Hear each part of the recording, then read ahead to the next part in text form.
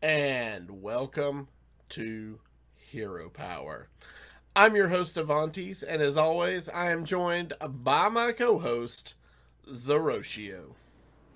What is up, gang? Man, it has been a pretty crazy week. We've had a lot of action on the Blizzard front. There's been active walkouts. There hasn't been a lot of announcements on the Hearthstone front. However, it looks like business as usual. They didn't announce anything about private firesides and anything like that, but it was kind of unofficially tweeted by Deck Tech that he believed that they were still going on. They're just not doing any open announcements because of in lieu of all Right. the walkouts. Basically, they're participating in the protests and I don't think it's officially a strike yet, though I've heard that terminology used on some media. But they are doing walkouts, so obviously their focus is on making sure their job and their environment becomes better. But they are making sure that this rollout season, this new set, is going on schedule. So I commend them for both, multitasking when they really shouldn't have to be honest. So big props to Team Five and making sure that us as the players are getting the products, the way we're supposed to. But at the same time, they're recognizing the big plight that's going on over at Blizzard and the unfair wages, the unfair work environments. And I commend them for all they've done. And I hope everything works out on their end. But it looks like the set's going to be out on August the 3rd. The private firesides are live. If by the time you listen to this, they'll be over. But you were able to schedule one for starting Friday through Sunday, and you can open your packs, which I did. How'd you do? So, so I only bought the mega bundle, and I opened 3 legendaries in the entire 82 packs I had, the 80 packs and then the Wow. two. And my 5 golden packs were all 4 commons, 1 rare. Okay. So I decided this morning I was going to go ahead and get the second bundle because obviously as content creators we want to make sure we have the cards to play decks every week, things like that. So at the point of opening my mega bundle, I was sitting at an average of 1 legendary every 25 packs, which is below the average. It's Mm-hmm. usually every 20 packs. And I opened the 60 packs from the regular bundle and got 6 legendaries. Wow. Okay. So that's 1 in 10, and which made my total average, because I used a tracker on HS deck tracker, I used a pack tracker. I got an average of 1 legendary every 15 packs. So ultimately, it ended up working out for me. I'm still missing some legendaries, which I have about 9,000 gold, Mm-hmm. and That's then I'll get. that's pretty close to where I'm at. I think I'm pretty close to 8 or 9 thousand gold as well. So. Yeah, I'm at 9,000 gold. I normally am I'm probably closer to 10, 11,000. And I made it up to, or I am currently at 230 on the rewards track. I'm normally closer to 300, but with my second job and working 60 hours a week and focusing on my health and losing weight, which for those that are asking about that, I'm doing really well. I'm down quite a bit of weight. You can kind of see it in my face. I actually took some pictures for the first time yesterday, and I haven't made them public, but I may do that later. Uh, my health is going really well, but because of that, my Hearthstone time has lost a little focus. Mm. I did get Legend, so I'm ready for the start of the season, being at an 11x.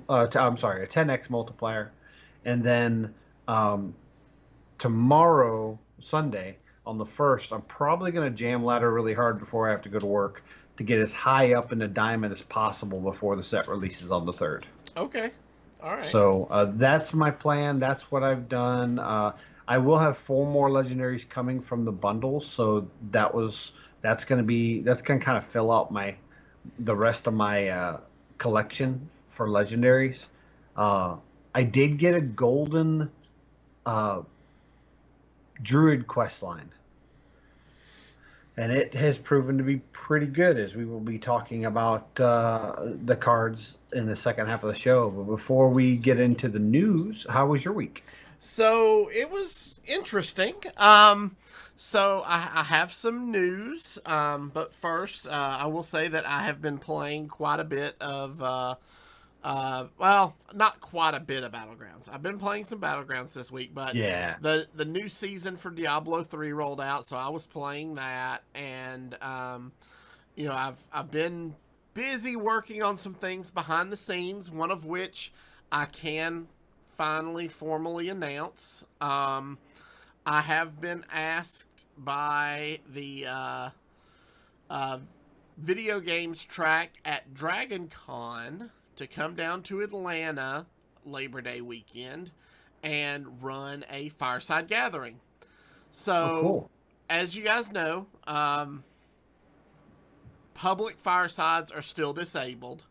However, private firesides are fine. So I will be there running a private fireside.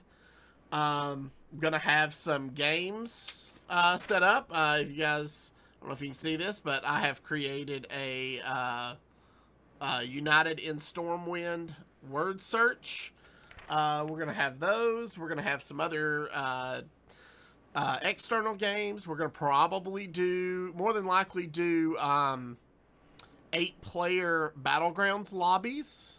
Ooh, that would be fun. We'll have some prizes available for people who complete the word search. We'll have some prizes available for people who win their lobbies.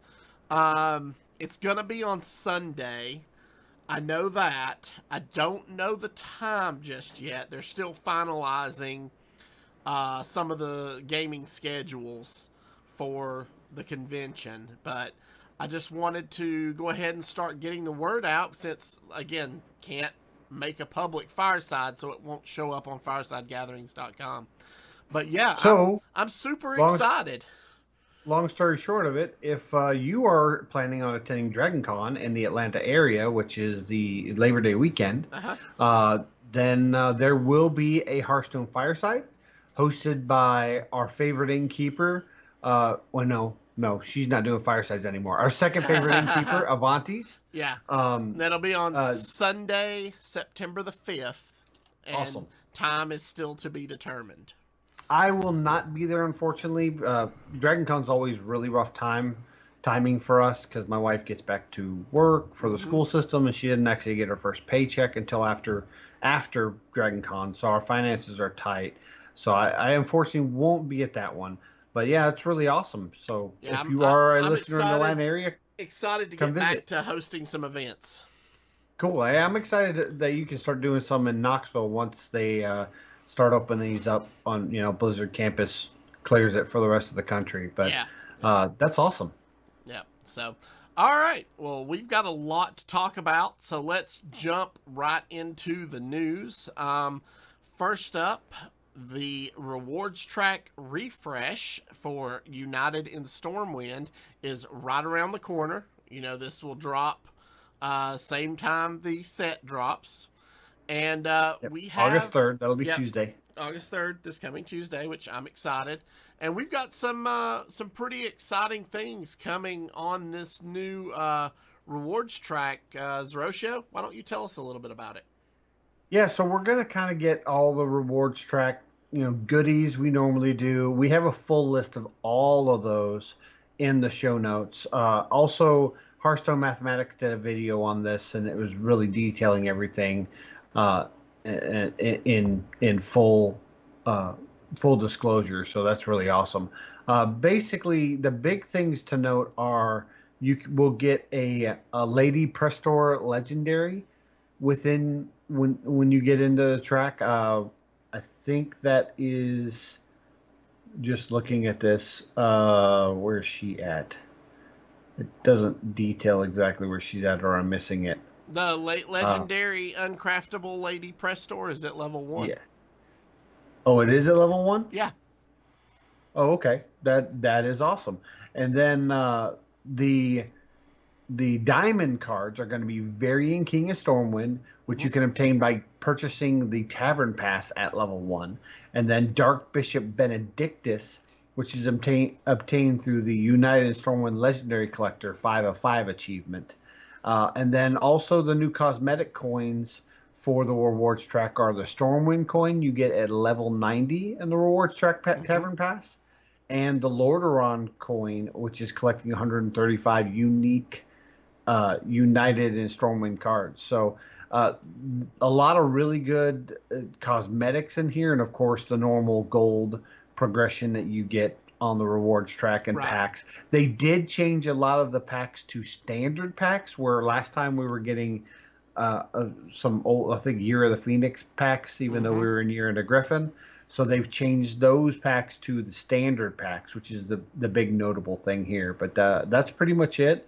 That if you are currently doing, you know, the rewards track now and haven't collected your rewards, when this Tavern Pass goes live, it will reward you all the rewards you hadn't collected but had achieved. Right. So don't worry about that. But if you want to, go ahead and get in the last bit of push right now to get the last bit of gold you need for the set. Yeah, I'm always excited for the rewards track refreshes. It's always fun to get the new diamond cards, get the new skins, and get a bunch of packs at, you know, for free basically. You know, as you just progress. I know, as you said, I also bought the mega bundle, and I have about 8,000 gold. So, you know, that's another 80 packs. Plus, you know, there's going to be a bunch of free Stormwind packs with this. So I'm going to probably try to get to at least, let's see, where do those stop? Those stop about 9, I guess, and then it goes to standard packs. So yeah, I'll get to about rank 10, see what I get out of my other packs before I probably start buying packs with gold this time. Okay. And see how close I can get to making a full set. So. Yeah, I know you're a big fan of trying to get that alternate coins. Well, I'm more or less a fan of having all the cards, but yeah, the alternate coins are a nice little bonus. So. Awesome. So in other news, along with this, is the patch 21.0 went live on Tuesday the 27th, and that's basically the pre-patch to the set coming out. It's gonna have all the cards are not playable, not craftable, not disenchantable, but you can view all the cards in client. Yeah. And with it comes a Battlegrounds updates. Basically just one new hero, Galewing. And I want to point out, I missed this announcement. Oh, really? So I was playing in Battlegrounds, and I see somebody pick Galewing, and I'm like, what in the world is this? Is this at first I thought, wait, is this one of the like new skins? But then I was like, no, this is a whole new hero. So first let's describe tell everybody what Galewing is. Galewing is a hero with a 0 cost hero power, activatable hero power, Dungar's Griffin. And for 0 coins, you can choose a flight path, complete it to get a bonus. And your 3 flight paths you get a choice of is Westfall, which has the ability of passive in 1 turn, give your leftmost minion +2 attack. Then Ironforge, which is passive in 3 turns, discover a minion from your tavern tier. And then finally, Eastern Plaguelands, passive in 5 turns, upgrade your tavern. Yeah, so it upgrades your tavern tier from wherever you are. So yeah, from wherever you're at. So this is I actually got a chance to play with Galewing. I played a Battlegrounds right after the patch, and the first option I got was Galewing, and I was like, jump right on that. And the way the math lines up is if you play Eastern Plaguelands on turn 1 and you do the normal upgrade to Tavern Tier 2 on 2, and then or on 4 gold, and then on 7 gold you go to 3, The next turn you'll go to 5, Wow. or go to 4. You'll go to yeah. 4, and that you're basically a tavern tier ahead of everybody at that point. And then you can just start using the Ironforge flight path to constantly every 3 turns get a minion that's usually a tavern tier ahead of everybody else in the lobby because you're a tavern tier ahead. Wow. So I think I got second in that one. I always have trouble getting first. Once I get to the final 2, you have to kind of change your game plan to a heads up, and I'm not good at that aspect of BG. So I got second place on my first try. That's awesome. It's really, really strong. I look forward to playing it. You haven't played Gilwing yet? I have not. No, like I said, I've not seen... The only time I've seen Gilwing was after somebody played it against me, and I've not seen it as one of my choices yet. But I will definitely take it as soon as I see it. It's definitely strong. I'm sure there's different ways to play it based on what kind of minions are in your lobby. There may be times, like with save token strategies, you might want to do the Westfall 1 every turn to just build up that attack. Kind of like making a kind of like a artificial permanent Deathwing over time. But yeah, I like it. I did play a lot of Battlegrounds myself. After I got Legend, I'm like, well, I'm Legend, so I really don't need to do anything until Sunday when it resets, because I'm not pushing for top Legend. I never really do that. So I've been playing a lot of BGs and really enjoying the Battlegrounds. I think I've been posting some stuff in our patron-only Discord that you can be part of if you go to patreon.com/heropower for as little as $1 contribution a month. You can join our Discord and get in on the discussions. And then something else I've done is I've been playing lots of duels. And the next part of the patch notes is Duels Updates. We're not going to go over all the changes. If you want to check those out, check out our show notes over at heropowerhs.com. But one notable change is United and Stormwind can now be in card buckets. Yes. So you can't put them in your starting deck, even though the wording in the patch notes, let me read it exactly. It says, when the 21.0 patch goes live on July 27th, all players' duels ratings will reset, and the pool of cards eligible you can use to build your 15-card start deck will be updated as follows. And it's United and Stormwinds, followed by Wailing Caverns mini set, Forged into Barrens, Dark Moon Races mini set, Madness at the Dark Moon Fair, Skulldomith's Academy, Kobolds and Catacombs, which is new, Journey to Angoro, One Night in Karazhan, Whispers of the Old God, Curse of Naxxramas, Legacy, and Core. So the 2 new ones are United Stormwind and Kobolds and Catacombs. I have tried this since I opened my packs, and I cannot put United Stormwind cards in my deck yet. I think that should go live on August 3rd. However, they do show up in the bundle, the three card bundle packs that you get throughout your run.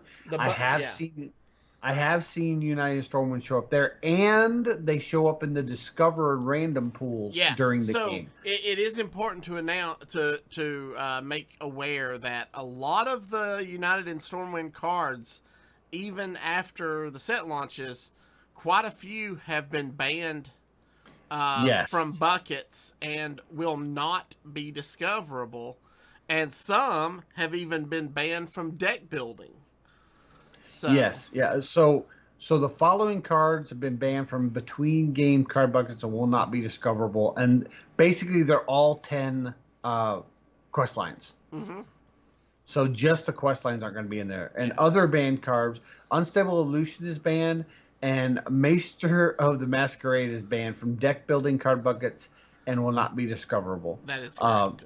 That makes sense because, I mean, they would really have to have a lot of coding to change you to another Battlegrounds hero with a random hero power. And because if you showed up at the beginning of a Duels, showed up in the middle of Duels as, Rexar with the 100 hero power, it's going to be pretty weird. Yeah. And then 7 new designer card buckets have been added as well.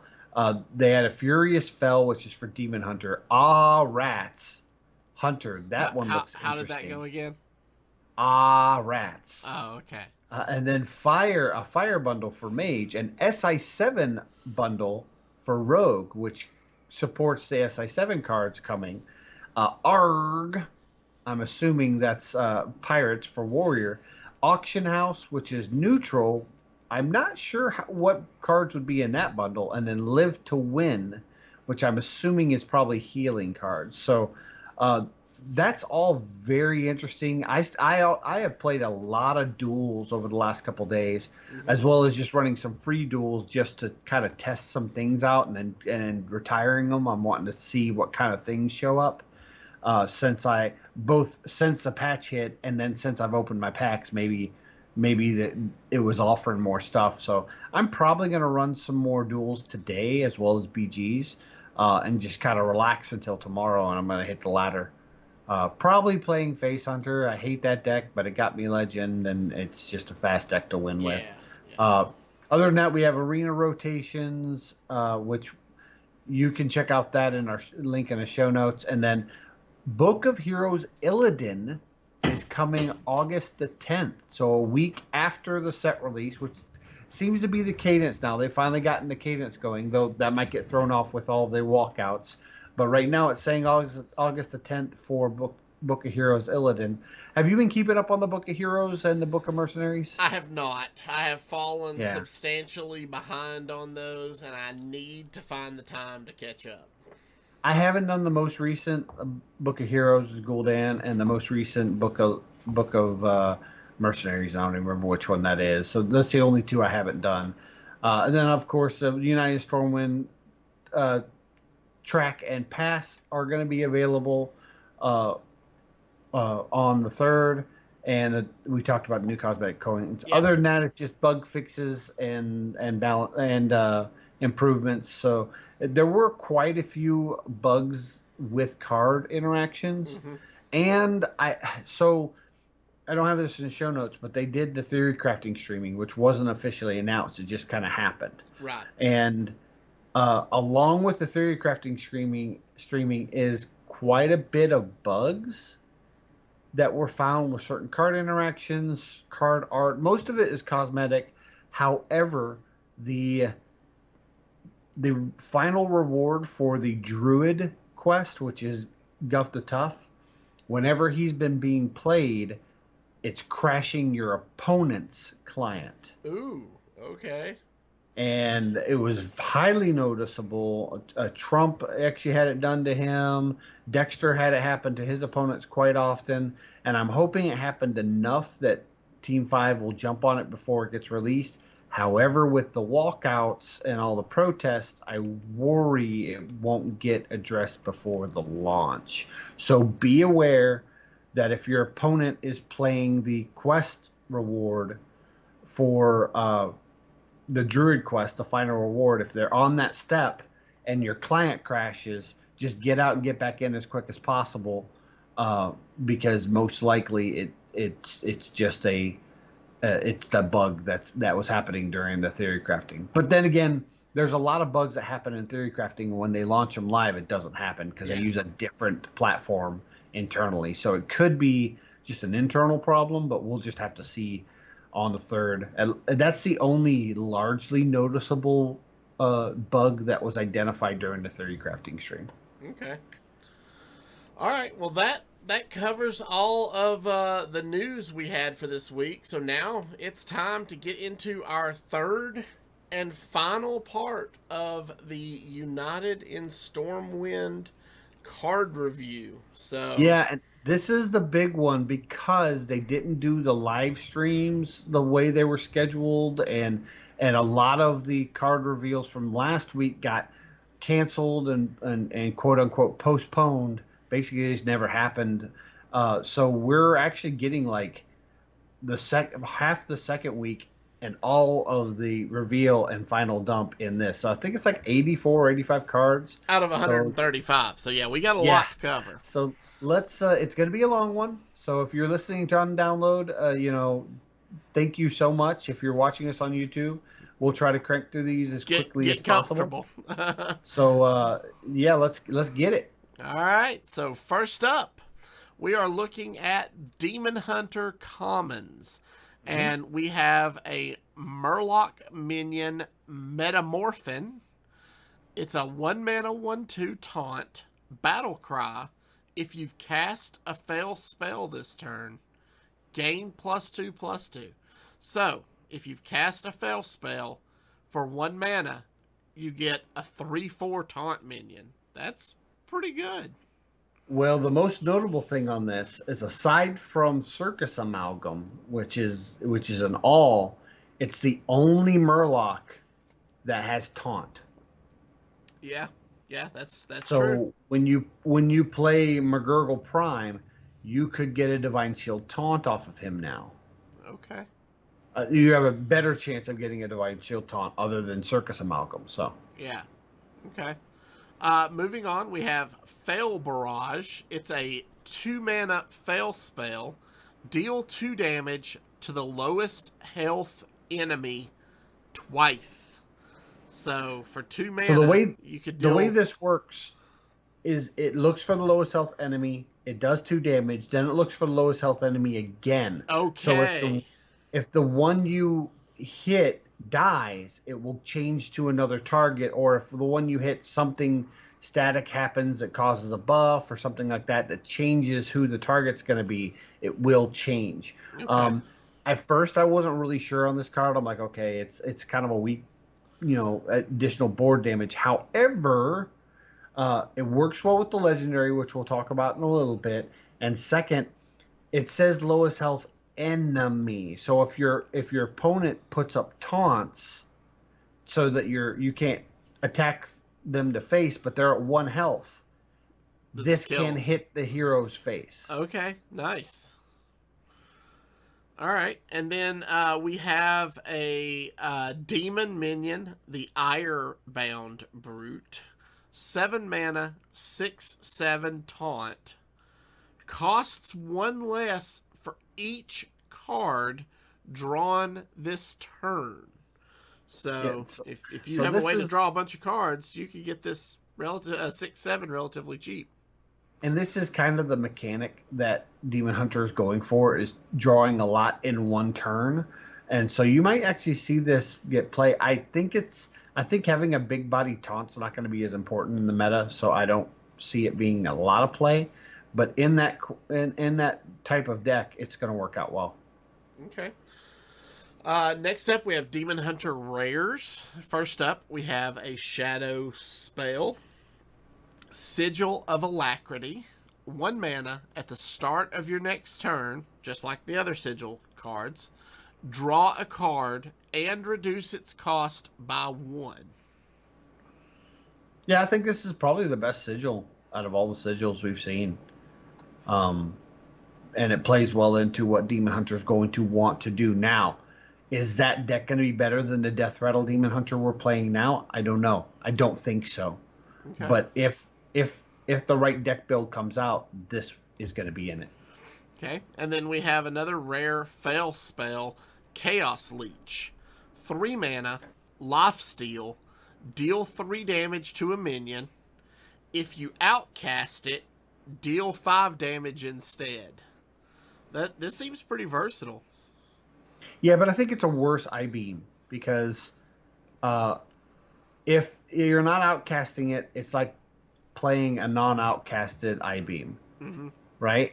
But if it is outcasted, you get 2 extra damage and lifesteal. However, an I-Beam is reduced by 2 mana. So what's better?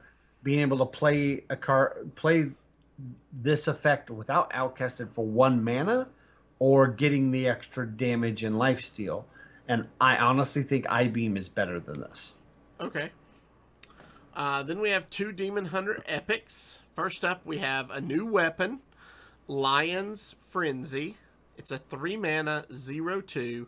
Has attack equal to the number of cards you've drawn this turn.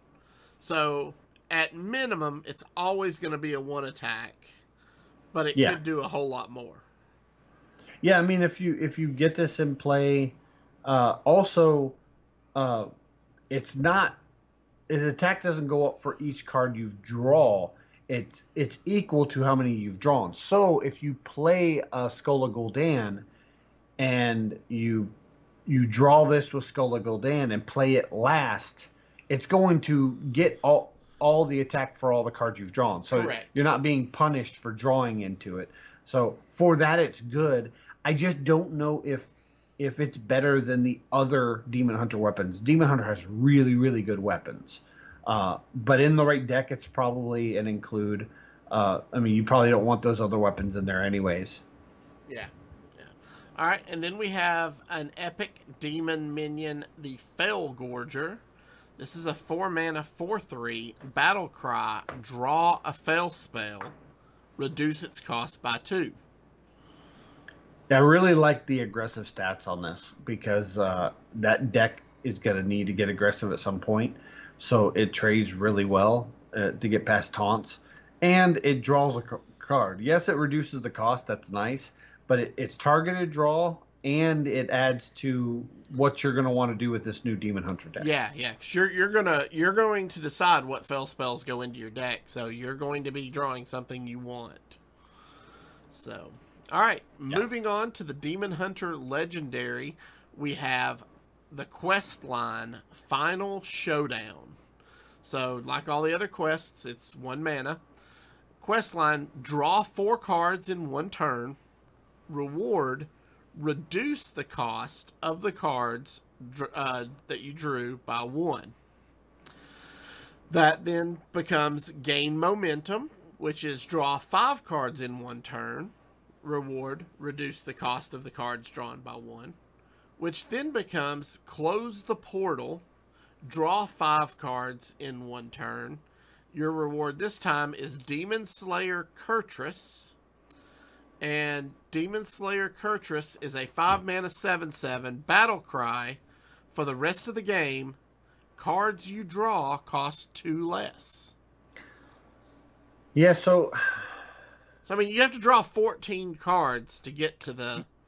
You have to draw 14 cards in addition to turns you didn't do this quest. Right. So you're probably not going to draw 4 cards in your first 3 turns, all in 1 turn. Skull of Gul'dan, achieves this, but it's 6 mana. Obviously, you can glide, and that's 4 cards right there. Also...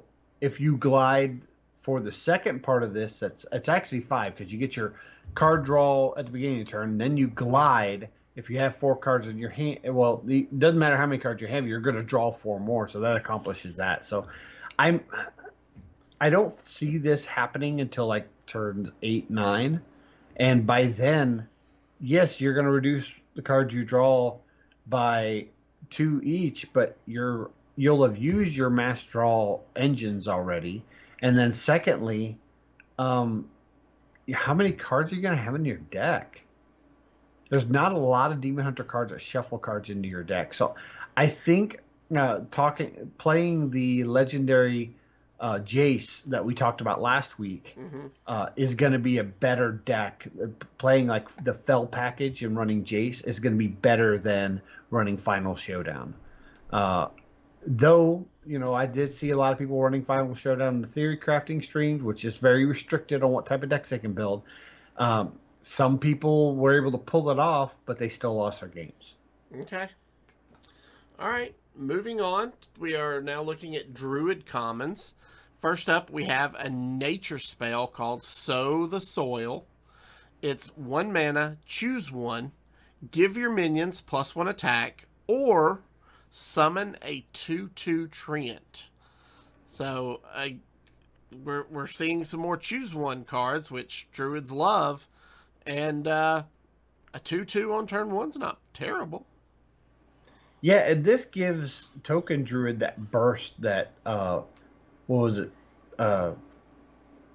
Savage Roar used to give them. Not as much, but also this is for 1 mana.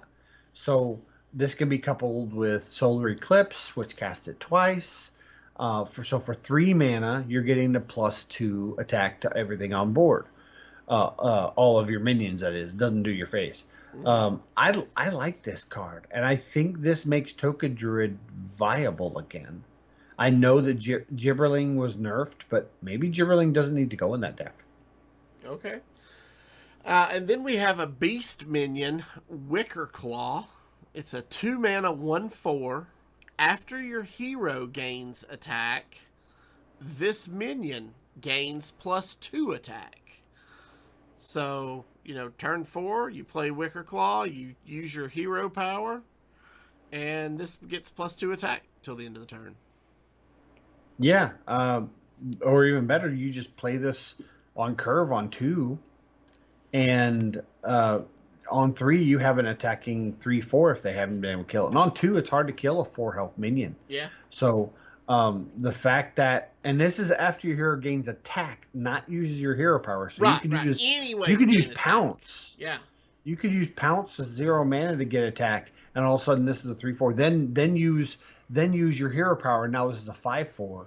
I mean, there's so much burst damage in this this attack druid, the feral druid. I don't know what they're going to call it, but there's a lot of burst damage potential. And if the quest crashes your client, you're probably going to come back to a game loss. All right, moving on to Druid Rare. We have what could be arguably the cutest art so far in the set, the Vibrant Squirrel. So this is a 1-mana 2/1, Death Rattle, shuffle 4 acorns into your deck. When drawn, summon a 2/1 squirrel. So they nerfed Gibberling to 2 mana and replaced it in the first day of school pool with Vibrant Squirrel, which I think is going to be even better when you find it in Paladin. But for the Token Druid, this is a good card. Yeah. I think in that early game, you want to play this on 1 and then kind of develop some minions, and then you draw into a bunch of minions and give them buffs, and you're set. I think you can have a really good, sizable board. Now, these squirrels don't have rush or anything, but they're still 2/1 bodies that can be buffed. Mm-hmm. And it's I like it. I think it's one of the better class 1-drops in the set. Okay. Moving on, we have the Druid Epic nature spell Composting. This is a 2-mana. Give your minions Death Rattle, draw a card. So I mean, this could be huge, absolutely huge for a Token Druid to be able to refill their hand. It can, and I like the concept because you get a bunch of tokens out, you give them this buff. If they get cleared, you fill your hand again. The problem is I don't know if there's room for this 2-mana spell in that Token Druid. I will probably include it in my first builds when I decide to go with Token Druid. But if I start needing to make room or cut for, game-winning cards, this is probably one of the first ones I cut. Okay. All right. Next up, we are looking at Hunter Common cards. And we have a minion, the Rodent Nest. Now, it's important to note this has no tribe. So it is a 4-mana 2/2, Death Rattle, summon 5 1/1 rats. So 4-mana 2/2 minion, when it dies, summons 5 1/1s. So this is like the eggs of past, except this has an attack value to it, which is kind of weird to me. But I mean, it's a solid card. I mean, you're basically getting the possibility of 7/7 in stats. Now, this doesn't have the Rune of Extraordinary Size caveat that if the board's filled or there's no room for the 5 minions, they go to your hand. So that that kind of lowers its value if there's your opponents can trade this first and then trade in other minions. But ultimately, that's a bunch of beasts that can get on the board and die and fuel, your legendary, which we talked about last week, I believe. Yeah, the Rat King. Mm-hmm. So this could fuel Rat King. Rat King dies. They have to kill off this rodent. They have to kill off the rats. The Rat King comes back. So I like it. Yeah. So that brings us to a hunter spell. Again, this spell also currently has no tribe. It is aimed shot, 3 mana, deal 3 damage. Your next hero power deals 2 more damage. So you were talking about burst earlier. Mm-hmm. This can go face for 3, and then your next hero power can go face for 4. That's 7 damage for 5 mana. This card is good. We haven't talked about the quest yet. That's why I've ordered a lot of these cards from common to legendary, because I want to talk about their viability and then reference them with their quest lines. But this one's going to make the quest line. Basically, this is one of the staples in that deck. And so far in the theory craftings, this is like probably the day one deck a lot of people are going to use to climb. Okay. All right. Then we have a hunter demon minion, the Stormwind Piper. It's a 3 mana 1/6. After this minion attacks, give your beasts +1/+1. Now, didn't we just talk about the rodent nest that summons 5 1/1 rats? Are those rats considered beasts? Those rats are considered beasts. The problem with this is it doesn't have rush. I think if it had rush, you could even probably take a point or 2 off the health. It would be great.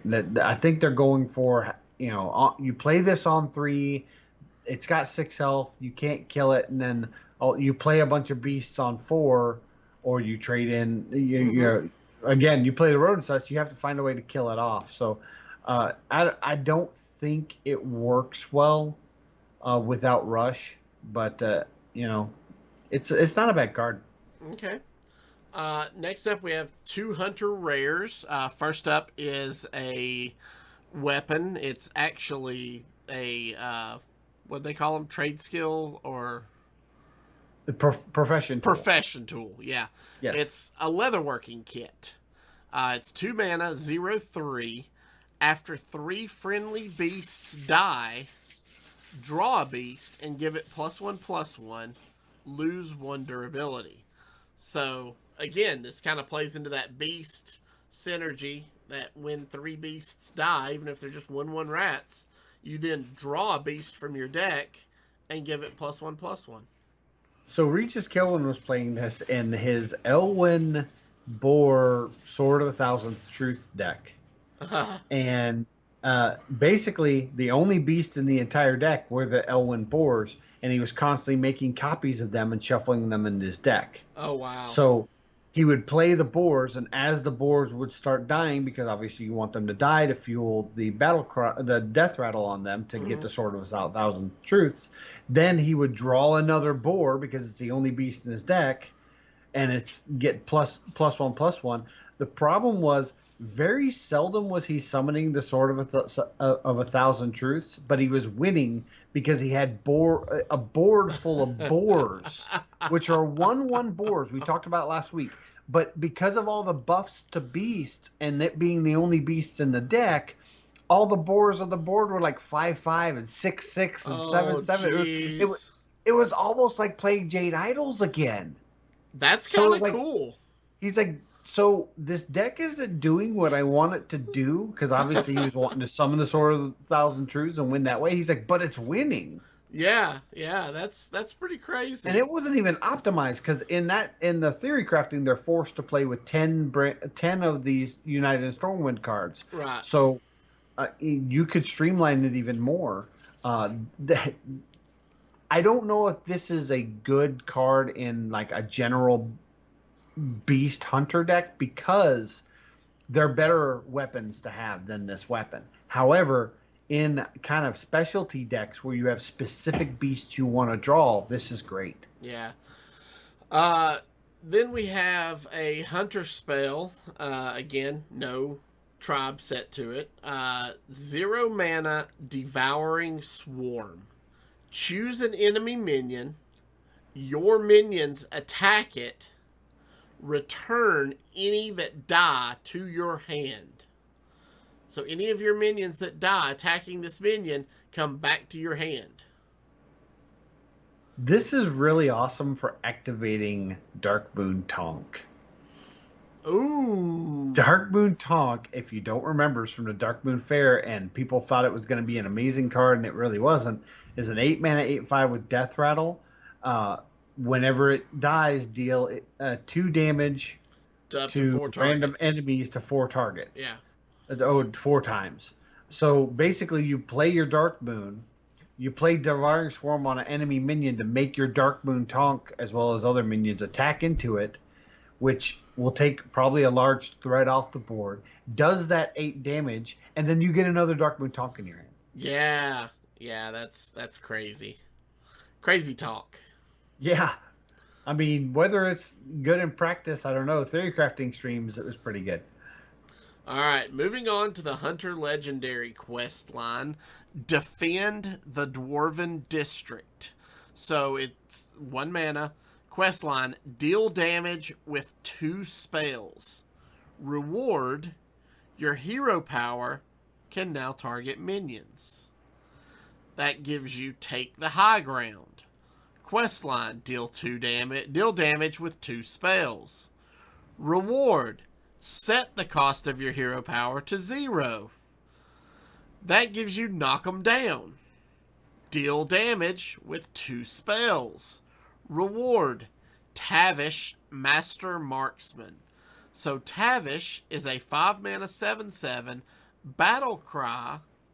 For the rest of the game, your spells you cast refresh your hero power. And as a reminder, your hero power is now 0 mana and can target minions. Is this the best quest line in the set? I believe it is. I believe this is the best quest line. It's also fairly aggressive. A lot of theory crafting streams tried this out. And it doesn't seem too difficult to complete. No, because a lot of people misread this thinking it was 2 damage with spells, but no, it's damage with 2 spells. So your the hounds, where it does 1 damage, it's a 1 mana, does 1 damage, and summons a 1/1 with rush. That's a damage. Yeah. Also Explosive Trap is a spell that does damage, so you can develop Explosive Trap, and when it goes off, it counts. Yeah. And so you got these small, low-costed cards that you can do damage with. Arcane Shot, is 1 mana, and then you can kind of get that quest done. I saw a lot of the theory crafting streams get done on turn 4, so that on 5 they can play Tavish. Do we think this quest could get nerfed to deal damage with 3 spells? I think so. I think this could result in a nerf. And the main reason why it seems hard to do it first is because that's 6 spells. And then is your deck going to have that many spells that deal damage? And then by the time you complete the quest, are you going to have enough spells to be able to do this, what was it? The Lich King Anduin card along with Raza? Yeah. Remember the Raza Priest deck? Are you going to be able to do that effect? Machine Gun Anduin? Yeah, are you going to be able to do that effect by that time? The thing is they put a card in core that makes this possible, and that is Lock and Load. Oh my gosh. Not to mention the 0-cost spells. There's the one that gives poison. There's the one we just talked about, a Devouring Swarm. You play Devouring Swarm on your Tavish, which will reset your hero power. It's just, yeah. I'm excited to try this. This is going to be a possibility for a nerf on day one. I do think there are other cards that will need a nerf before Bolner in Shaman. I talked about that last week. I think it will need a nerf more, but this one definitely will probably be nerfed before the mini set. Okay. All right. Moving on to Mage. So we've got a couple of commons here. First up, we have a Minion, Prestor's Pyromancer. 2 mana, 2/3, Battle Cry. Your next fire spell has spell damage +2. So there is a theme with the Mage cards, and originally we thought the theme was going to support the quest lines, meaning we were going to get a balance of probably not so much fire spells because we had quite a few fire spells, or a few fire spells. Some arcane, like more targeted arcane, but we thought we'd get more frost because there are not a lot of frost spells. We didn't get any frost spells, but we got a lot. I think every single school represented in the new set is fire. And I think Fire Mage is going to be the way to play Mage, and it's going to be strong. Yeah. And this card is part of it. Yeah, I agree. Next up, we have a common fire spell, as you were just talking about. Hot Streak. It's 0 mana. Your next fire spell this turn costs 2 less. So 0 mana to make your next fire spell cost 2 less. Yeah, and the most important thing is it is a fire spell. Yeah, so it there may be times that you just need a free 0-cost fire spell, and maybe you don't even play a fire spell after you play this. Yeah. And we'll talk about that more when we get to the legendary. Yeah. Moving on to Mage Rares, we have 3 here. First up is the Profession. I keep forgetting what they're calling it. Profession Tools. Profession Tools, yeah. Celestial Ink Set. It's a 2 mana 0/2. After you spend 5 mana on spells, reduce the cost of a spell in your hand by 5. Lose 1 durability. I don't think there's a big spell mage right now like we've had before, and I don't think this is going to be relevant. Okay. All right. Then we have an elemental minion, the Sanctum Chandler. 5 mana, 4/5. After you cast a fire spell, draw a spell. So, you were just talking how many fire spells there are. This becomes a draw engine. Yeah, and you can play the Sanctum Chandler followed by Hot Streak, and you will be guaranteed to draw another fire spell that's going to be reduced by 2. Wow. This is probably one of the best class cards, period, in the set. Yeah. Yeah. That's one of the best class cards that's not a legendary. Okay. There's probably some legendaries that are as good as this card. I honestly could see this text on a legendary minion. I'm kind of baffled it's on a rare, to be honest. It's really good. Okay. Then we have another fire spell, rare fire spell called First Flame. 1 mana, deal 2 damage to a minion, add a second flame to your hand. I'm assuming second flame is the same thing, just deal 2 damage to a minion. It's kind of like the what was that effect that allowed you to play it twice? Twin spell. It's basically twin spell, but the difference here is it only targets minions. But I don't know how many times in the Theory Crafting stream I saw people playing Sanctum Chandler into first flame on their own Sanctum Chandler just to draw a card. Yeah. And then play the second flame on another one of their minions because their opponents didn't have any minions out. It's a good card. It's going to be used more for draw engine, I think, though. Okay. Next up, we have two mage epics. First up, the Clumsy Courier. This is a 7 mana, 4/5 minion with the battle cry, cast the highest cost spell from your hand. So, Again, I don't think big spell mage yeah. is a thing. Maybe it's kind of showing us the direction they plan to go in the mini set. So 7 mana, 4/5. Maybe cast a 7 mana Pyroblast from your hand because you're playing the minion. Maybe, but targets random, so it could hit you in your own face. That's very true. So, non-targeted high cost spells are probably the best. What's that 8 cost spell that summons an elemental for every elemental you played last turn or something like that? Yeah. I mean, something like that. Show finale or something like that. Yeah. Something grand finale. That. Grand finale. It's grand finale. Yeah, grand finale. Something like that would be what I want to do. I just don't think there's a deck around it yet. Yeah. Okay, and then we have an epic fire spell, Ignite. 2 mana, deal 2 damage. Shuffle an Ignite into your deck that deals 1 more damage. So thank goodness we are not in the age of Sorcerer's Apprentice anymore in Standard. Because you could play Sanctum Chandler, Sorcerer's Apprentice, that's 9 mana.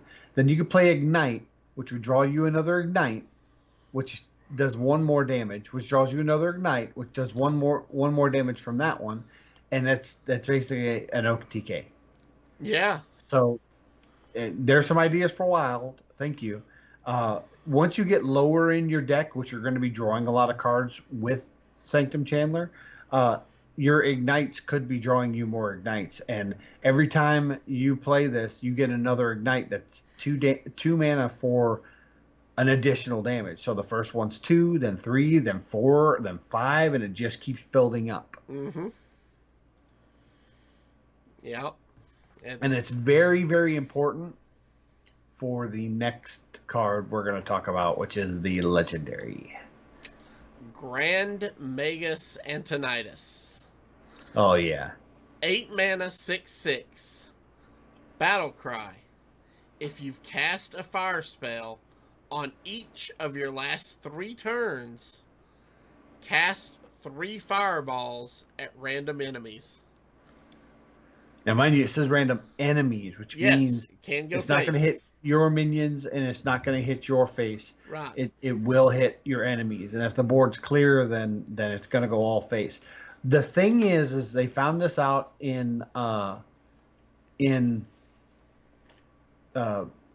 testing, in the theory crafting, that these spells, according to the client, seem to be coming from Antonitis, like a battle cry, not as in spells. Okay. Meaning, if you finish the quest line that gives you +3 spell damage, it's not applying that spell damage to the fireballs that come out of Antonitis. Gotcha. They're just going to be 6 damage fireballs. A total of 18 damage. Yeah. Now, we don't know if that was a bug or what. So when the set goes live, we might find out that it does benefit from spell damage. We do know that that it was called out. I can't remember if it was Dexter or Regis. One of the two noticed it. And I'm sure that the Team 5 know about it. Whether it's a bug or not, we'll find out. Okay. Moving on, we have Paladin Commons. First up, we have a minion, the Alliance Bannerman. It's a 3 mana 2/2 battle cry. Draw a minion, give minions in your hand +1/+1. This card's amazing. Okay. It's not only going to give +1/+1 to your entire hand, it's also going to draw another minion to add to that. The biggest problem with hand buff is there's times you don't have a lot of minions in your hand, and you're playing a minion to buff maybe 1 or 2 minions. Well, this guarantees at least 1 buff. And usually you have 1 or 2 in there already. Mm-hmm. So, yeah, this is a good card. Next up, we have a non-tribal spell, City Tax. 2 mana, tradable, lifesteal, deal 1 damage to all enemy minions. I don't think it's very good. It might be a tech card against like a mirror paladin deck that runs a lot of divine shields, but then you're not getting the life steal. Yeah. Yeah, then you're not getting the life steal. There's not enough spell damage in paladin to warrant, or not enough justification in paladin to warrant putting in spell damage. So it's only ever going to be 1 damage. I just don't think it's good. Maybe if token druid becomes like the hot thing, it's a good turn 2 board clear before they can start putting up buffs, but ultimately I just don't think it's good. Okay. Then we have a holy spell, Blessed Goods. It's 1 mana, discover a secret, weapon, or divine shield minion. This is amazing. It fuels the quest line of 1 cost cards. It is card generation. It can give you a secret, which is another 1 cost card. It guarantees you 2 activations on the quest line. Also, it can give you a good weapon or divine shield minion that you need late game. It's good on turn. It's good early game. It's good mid game. It's good late game. It's a good card. Yeah. And it gets drawn and reduced by your holy spell synergy cards. Correct. All right. Next up, we have Paladin Rares, and first up, the Catacomb Guard. It's a 3 mana 1/4 minion, lifesteal, battle cry, deal damage equal to this minion's attack to an enemy minion. Sounds like this, obviously it's going to come into, when it comes into play, it's going to do at least 1 damage to a minion. You're going to gain a life, but it sounds like this could really benefit from hand buff. Yeah, so I kind of wrote this off because I thought in the hand buff paladin. So 2 different things. I thought there was going to be a hand buff synergy paladin and a divine shield synergy paladin. And I wasn't sure if they would coexist in the same deck. And if they did coexist in the same deck, how many hand buffs were you actually going to get? So this might get up to, a 3/6 if you're lucky. But in theory crafting, we saw it get a lot bigger, and it was a big swing, and it did exist with divine shield alongside hand buff, and that's so quest paladin and dude paladin, the dude quest paladin, whatever you want to call it, look like the way to play paladin. But I think the way we're going to be playing paladin is this hand buff divine shield paladin. It's really good. Okay, all right. Then we have a spell, Noble Mount, 2 mana, give a minion +1/+1 and divine shield. When it dies, summon a warhorse. Now that warhorse will be a 1/1 divine shield minion. Yeah, this is surprisingly good with that dual class spell that's priest paladin, that 3 mana, and it makes a 1/1 copy of the minion with divine shield, and it gives that minion divine shield. Mm-hmm. So not only are you going to have multiple divine shields, both of those, when they die, they're going to pop out a 1/1 divine shield, which fuels that archetype of divine shield synergies, including the legendary, which we'll talk about next. It's a good card. Yeah. Speaking of, we have the Paladin legendary Highlord 4-Dragon. 6 mana, 5/5, divine shield. After a friendly minion loses divine shield, give a minion in your hand +5/5. Finally. That's a big buff. Finally, a 4-Dragon card that isn't crap. They have been printing 4-Dragon. I think this is the 3rd one, and they've all been, might be the 4th one. They've all just been terrible. This one is good because, mind you, he has divine shield. Yeah. So when his Divine Shield pops, it buffs a +1/+1. Or buffs +5/+5. a minion +5/+5. Yeah. Also, we'll talk about Rogue later, but they have some bounce cards in Rogue, and a weird interaction is the Rogue bounced a Divine Shield minion to their opponent's hand, but because that Divine Shield minion, for some reason, the way the client sees it, that because of when it goes into their hand, the Divine Shield pops to go into their hand, it buffed +5/+5. I don't know if that's supposed to happen, but that's how it was happening in theory crafting, and it was really throwing off a couple players. Okay. And so, there might be more ways to pop these Divine Shields than we expected.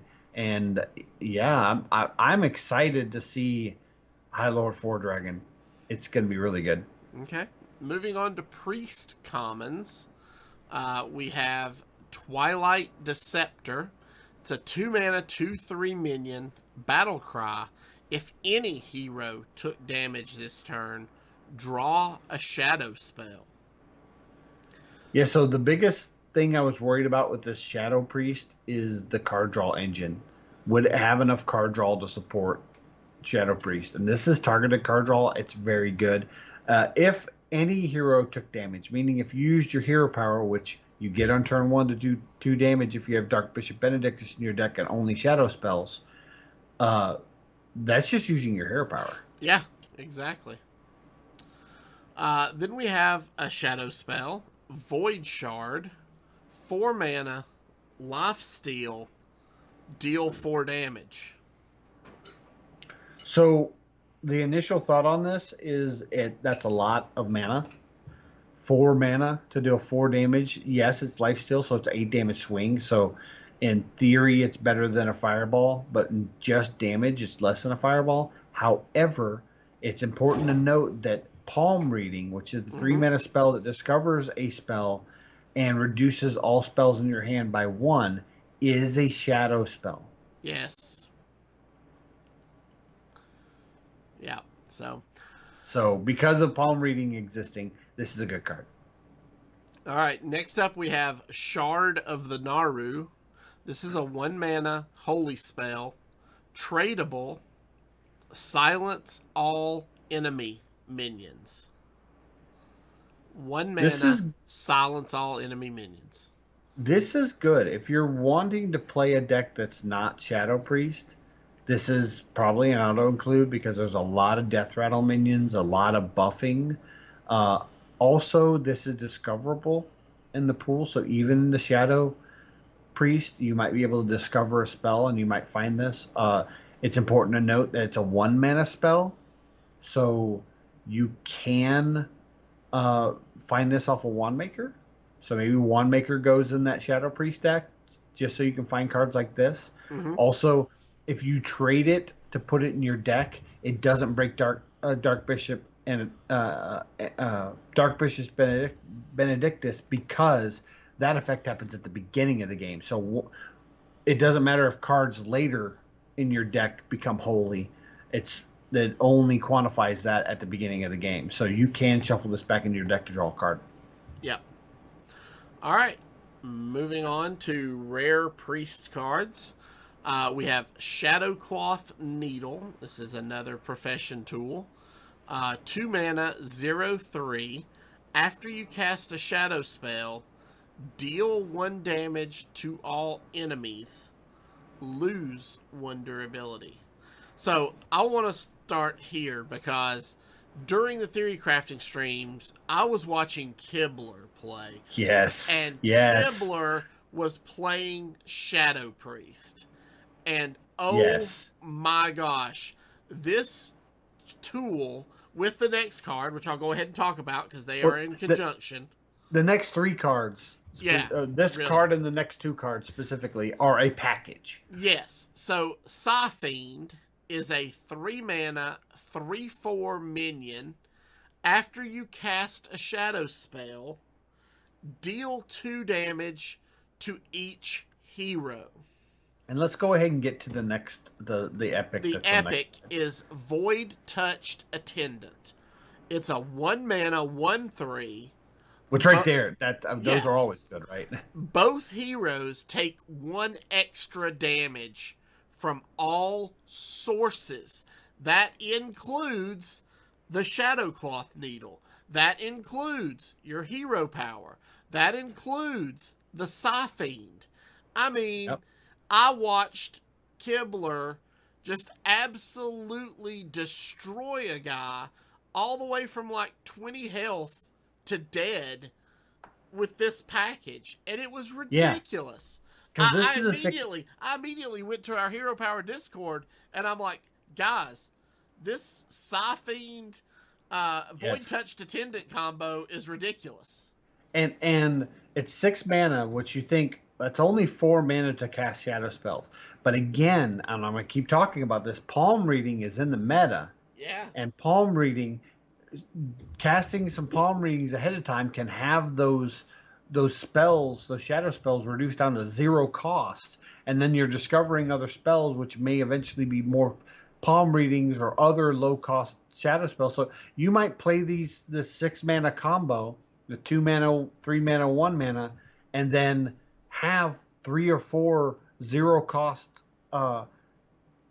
shadow spells in your hand and just go off. You know, in our very first United in Stormwind card review, we said, will Shadow Priest have the resources necessary to be run as a full-on Shadow Priest? The answer is, oh yeah. And I think it's important that Shadow Priest is playable because the quest line, while the quest line reward is win the game, it's more of a meme deck. It's more of a trying to accomplish it. It's not a deck that's going to win a lot on the ladder. Right. So they needed another archetype that was going to put it towards the top of the tier list, and I think Shadow Priest is it. I agree. The only downfall I found of this deck is I saw a few theory crafters playing it, and they pushed themselves into a lot of draws because their opponent pressured them enough that once they went off, they were killing themselves as well as their opponent. Yeah. So there is some health management you have to deal with, and Kibler seemed to play the deck the best out of everybody. But I saw Trump, Dexter, and Regis all play it, and they all had hang-ups with the deck, but Kibler seemed to pilot it flawlessly. So if you're wanting to know how to play this deck, maybe go and watch Kibler's streams of the theory crafting, or if he decides to play this deck after launch, definitely watch it optimized. Yeah. All right, that brings us to the Rogue Commons. And first up, we have the Si7 Informant. It's a 4 mana, 3/3 minion, battle cry, gain +1/+1 for each Si7 card you've played this game.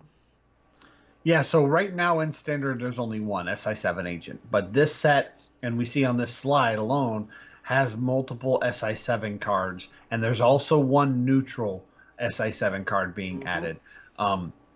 There are more than enough Si7 cards. It's kind of like Treant, where it doesn't have a tribe on the bottom, but it's kind of a hidden tribe. It's kind of its own tribe, yeah. Si7 is its own tribe / school, because there are Si7 spells. And Si7 Informant is kind of like an Edwin, but instead of doing it all in one turn, it's just throughout the game. Yeah. The thing is from what I've seen of that rogue deck, by the time you would play this and make it big and a threat, you're probably just winning anyways, or you're losing, one of the two. Yeah. Then you have, as Zerotio just mentioned, the Si7 Operative. 3 mana, 2/4, rush. After this attacks a minion, gain stealth. I like this because on 3 mana with 4 health, it can trade into a minion, and then it's alive on the board to trade again next turn. So against aggressive strategies, it's a very good tempo tool. Yeah, yeah. And then one of my favorite cards, I love the artwork on this card, is the Loan Shark. I love the play on words with the art of this card. 3 mana, 3/4, battle cry, give your opponent a coin, death rattle, you get 2 coins. So it's a 3-mana 3/4 beast that can come off of Teacher's Pet and then give you coins. So druids might see this a lot. Yeah. And does druid even need more ways to ramp? Obviously, there's RNG factor in this, but basically they have a chance off a Teacher's Pet that they get off their animal companions or animal guardians. That's what it is. To then have 2 more innovates in their hand. Again, I don't think this goes in a rogue deck right now. There might be some way to utilize all these crazy coins for some kind of crazy combo, but I just don't see it yet. Okay. All right. Moving on to rogue rares. We have a rogue spell, Sketchy Information. 3 mana, draw a Death Rattle card that costs 4 or less and trigger its Death Rattle. It could be coins. Again, if there's a deck that wants this crazy coin generation to then pull off some kind of big combo, I don't know. But there are other Death Rattles in that pool that could work out well. We'll just have to see. I'm not seeing anything jump out at me right now, though. Yeah. Then we have the Si7 Assassin. So this is a 7 mana 4/4. Costs 1 less for each Si7 card you've played this game. Combo, destroy an enemy minion. This is good. This is like a better Foul Spine. Yeah, I agree. This is sick. You're going to be playing Si7 cards probably in that deck that wants it, which we'll be talking about that quest line here shortly. And in that deck, you're going to need some control tools, and Si7 Assassin fits the bill. Okay. Then we have the Si7 Extortion. This is a 1 mana spell. Tradable. Deal 3 damage to an undamaged character. I mean, this is good. We've seen cards like this before, and they didn't go in decks because you never knew if you were going to have a target and it just burned in your hand. However, this has tradable. Now, it's important to note that trading this does not count as playing an Si7 card when it comes to things like Si7 Assassin or the quest line, which we'll be talking about next. So don't expect that to happen. But it's 1 mana to be able to do 3 damage to an undamaged character, which could be your opponent's face. Yeah. Yeah. All right. Next up, we have Rogue Legendary Find the Imposter. So this is a quest line. Play 2 Si7 cards. Reward, add a Spy Gizmo to your hand. Which we'll talk about in a minute. The second part is Learn the Truth. Play 2 Si7 cards. Add a Spy Gizmo to your hand. And then the third part is Marked a Traitor. Play 2 Si7 cards to get Spy Master Scabs. So Spy Master Scabs is a 5 mana 7/7 battle cry. Add 1 of each Spy Gizmo to your hand. So first off, before we get into the Spy Gizmos, I love the storytelling they're doing with these quest lines. Yes, this one in particular. Absolutely. Because this is telling the story of Scabs being marked as a traitor because he identifies that Lady Prestor is actually Onyxia in disguise, and he tries to expose her. And because of her stranglehold over Stormwind and her control over the king, which was Anduin, since Varian was missing, they threw Scabs into the Stockades, which this is kind of a tease. There's a lot of cards that kind of tease being jailed in the Stockades, which kind of, in my opinion, teases towards the mini set, which I believe is going to be Stockades. And it's a nice story told in Hearthstone. And a lot of times you don't think card games can tell a story. And the only ones that really did it well was Magic the Gathering had its cards kind of relate to the book series. But you kind of had to read and do both. Well, this is kind of just telling that story that it's adapted from the World of Warcraft world, but Hearthstone's making it their own, and I love that. But about these gizmos, the gizmos are kind of like spare parts, but more powerful. They're kind of a combination between spare parts and dream cards, and we have a full list of those on the next slide. Okay. So here are the rogue spy gizmos. You have Fizz Flash Distractor, 1 mana, return an enemy minion to its owner's hand. They can't play it next turn. Which, when we saw this played on Divine Shield minions, it counted towards the Divine Shield being popped. Yeah. Then you have Hidden Gyro Blade, 1 mana, 3/2 weapon, Death Rattle. Throw this at a random enemy minion. Then you have the Noggin Fog Generator, 1 mana, give a minion +2 attack and stealth. Then you have Spy-O-Matic, 1 mana. My thing is in the way. What's the? It's Elf? 1 mana, 3/2 mech. Okay. With the battle cry, look at 3 cards in your opponent's deck. Pick 1 to put on top. Okay. And then you have Undercover Mole, 1 mana, 2/3 stealth. After this attacks, add a random card to your hand from your opponent's class, and it's a beast. So, very interesting. The Fizz Flash Distractor is amazing because it's like a sap for 1 less, but you're, instead of increasing the cost, you're making it so they just can't play it next turn, which could just burn a card, or it could cause them to really throw themselves off their finishing the game.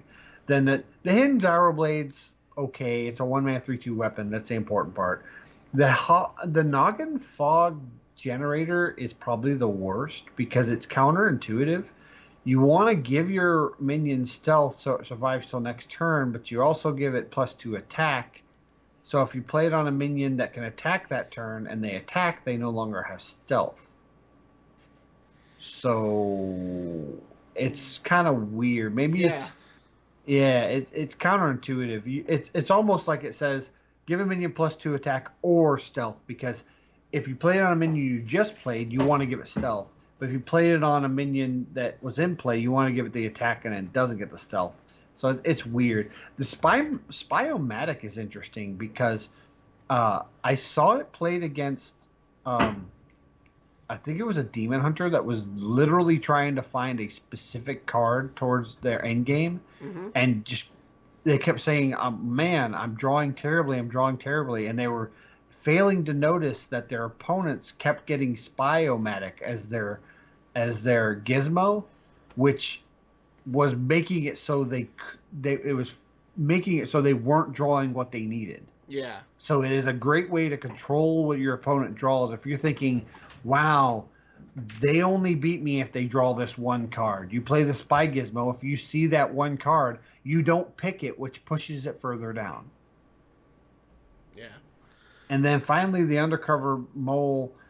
It's weird.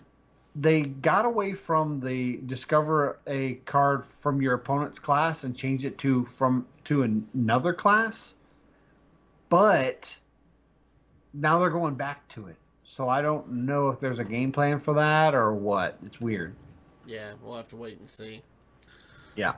That brings us to the other rogue legendary, Maestra of the Masquerade. So Maestra is a 2 mana 3/2. You start the game as a different class until you play a rogue card.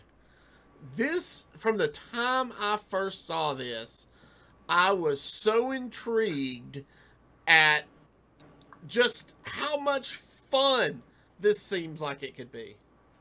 Yeah, so really it's a bad card. Oh, it's yeah. 2 mana yeah, 3/2 is all it is.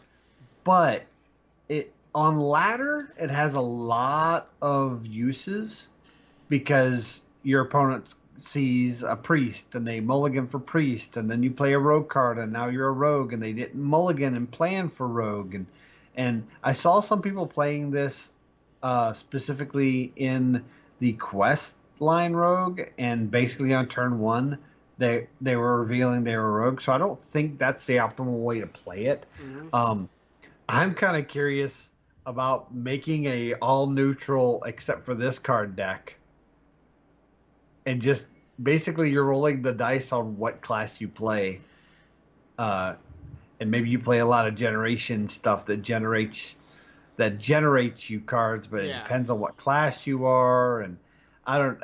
To me, as just a memer, it looks fun. However, I'm wondering how it's going to be implemented in competitive play, because you pick 4 classes, and then if you start the game as a class you didn't pick, usually at that point your opponent's supposed to contact the admin to see if it's a game loss. Or and I know in THL I've already reached out to our captain, who's also the commissioner, and said, hey, what's the ruling on this card? He's like, we have no clue, we're talking about it. And Matt at Arms mentioned that in the THL Discord, he literally, there were arguments and just everything was blowing up in the THL Discord when this card got revealed. Yeah. Because it severely impacts Conquest and Last Hero Standing lineups. Yeah. Because what if it turns into a class? What if you're playing Conquest and you can't play a class that you just won with, and then you play this card and it plays a class you just won with? Do you report a game loss? What do you have to play it out to see if this gets revealed? What if they are playing a weird 29 neutral cards and just this in their deck, and it's closed deck lists? And yeah, so I expect this card to be banned in competitive play, which they haven't done a lot of, but they have done it a couple times for certain cards. So there is precedence there. So I mean, yeah, it's fun. Let's just see how it destroys esports. All right, next up we have Shaman common cards. We have the Spirit Alpha. It's a 4-mana 2/5 minion. After you play a card with Overload, summon a 2/3 Spirit Wolf with Taunt. So it looks like Overload's going to be very prevalent and the way to play. Yeah. We saw the quest last week. But I don't think this card is one of them in that deck. I think it's just a bit expensive, and you have to invest a lot into it to make it worth the mana. Yeah. Then we have the Canal Slogger. This is an elemental minion. 4 mana, 6/4. Rush, Lifesteal, Overload 1. This is amazing. It's damage swing. It meets your Overload requirements. It's a lot of damage and a lot of healing. It's got rush. It's just a very solid. It's a solid card in both an Overload Shaman and an Elemental Shaman. Yeah. Checks all the boxes. It does. And then we have a common spell called Investment Opportunity. 1 mana, draw an Overload card. That's it. Yeah. Sweet, simple, to the point. It's targeted draw out of your deck. And yes. So anytime cards are like that, it can open up the gate for some combos. It's also important to note, it is not an Overload card, so you're not overloading to get this effect. Correct. Then we have 3 Shaman rare cards. First up is a weapon, the Auction House Gavel. 2 mana, 2/2. After your hero attacks, reduce the cost of a battle cry minion in your hand by 1. So this can make the combat medics easier to corrupt. It can reduce the cost of Yasharaj. Anytime you have this targeted cost reduction, you can really open up some combos. And I think 2 ways to play Shaman with this new set is Overload to go along with Elementals, which we already play, and then which I think is very strong, the Overload Shaman. So they need kind of a weird, weak, Mimi combo deck, and that to me is going to be that Corrupt Bolner Yasharaj combo deck, and this might go in it. Okay. Especially if they decide to nerf Bolner the way I am suggesting Yeah. and change it to 3 mana. Yeah. Then we have an elemental minion, Granite Forgeborn. So this is a 4 mana, 4/5 battle cry. Reduce the cost of elementals in your hand and deck by 1. We're already seeing how elementals are shaping the shaman class in the decks that are out there in standard now. Add this in, and you're now all those shaman or all those elementals that are 1 mana becomes 0, 2 manas become 1, other 4 manas become 3. This really speeds up that elemental base package. Yeah, that and that is indeed, Avanties, how math works. Yes. When you subtract 1 from numbers, they get 1 less than they are. But no, in all seriousness, Elemental Shaman has some overload in it, and it kind of makes those cards solid, but not like broken. You start reducing the cost of those elementals, especially all elementals in your deck and hand. I think if this was just hand or just deck, it would be good. The fact that it's both, it's great. Yeah. And then we have a new nature spell called Charged Call. This is a 3 mana. Discover a 1 cost minion and summon it. Upgraded for each overload card you played this turn. So we talked about I'm sorry. Each overload card you played this game. Yeah. Yeah. So we talked about the quest where you're playing overload cards, and then you get the Brucon that doubles all spells you play. So you've been overloading. So this is gonna, every time you play an overload card, this is gonna go up by 1. And this doesn't have to be in your hand when you play the overload cards. It can be in your deck. It counts. Correct. It's a blanket game effect. So then you play Brucon, followed, which is 5 mana, followed by this maybe on 8, and you get this cast 2 times. So you might get 2 9 costs or 2 8 costs just summoned. Yeah. So good. Yeah. Super good. All right. Next up, we have Warlock. We have a common demon minion, the Bloodbound Imp. It's 2 mana, 2/5. Whenever this attacks, deal 2 damage to your hero. So there's the self-damaging quest that seems to be working out. This was played by a lot of theory crafters, and I think this might be the card you cut. Okay. If there is a zoo deck that comes out of this, I think it goes in zoo, but I don't think it goes in the self-damaging questline deck because it's not hard.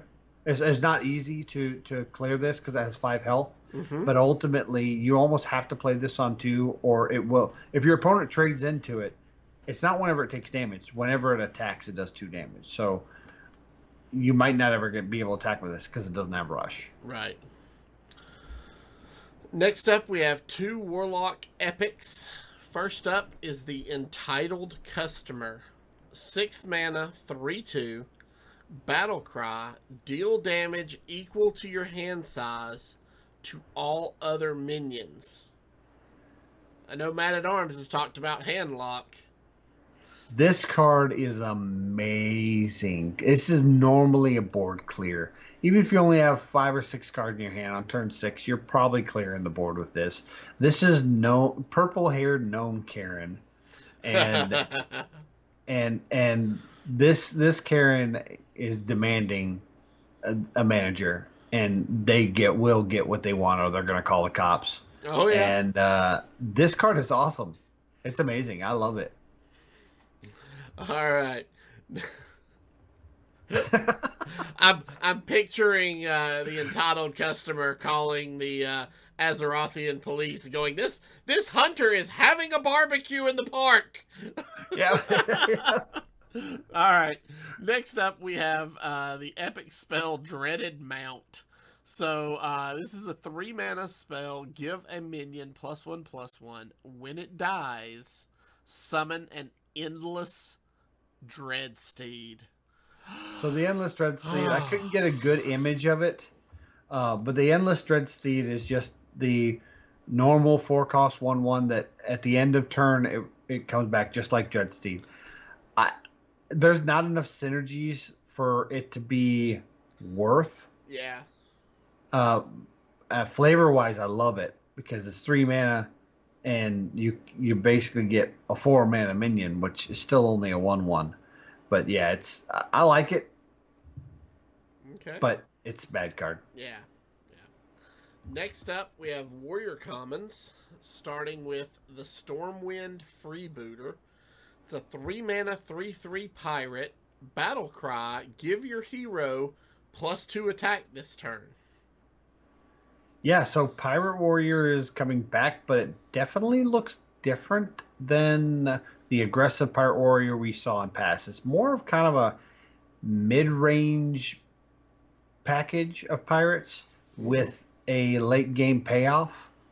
And it looked good on paper, but in practice in the theory crafting streams, again, non-optimal decks, it didn't quite have the punch that it needed. Yeah. But I think ultimately you make it with a menagerie package that has not just pirates, but a mix of things. Yeah.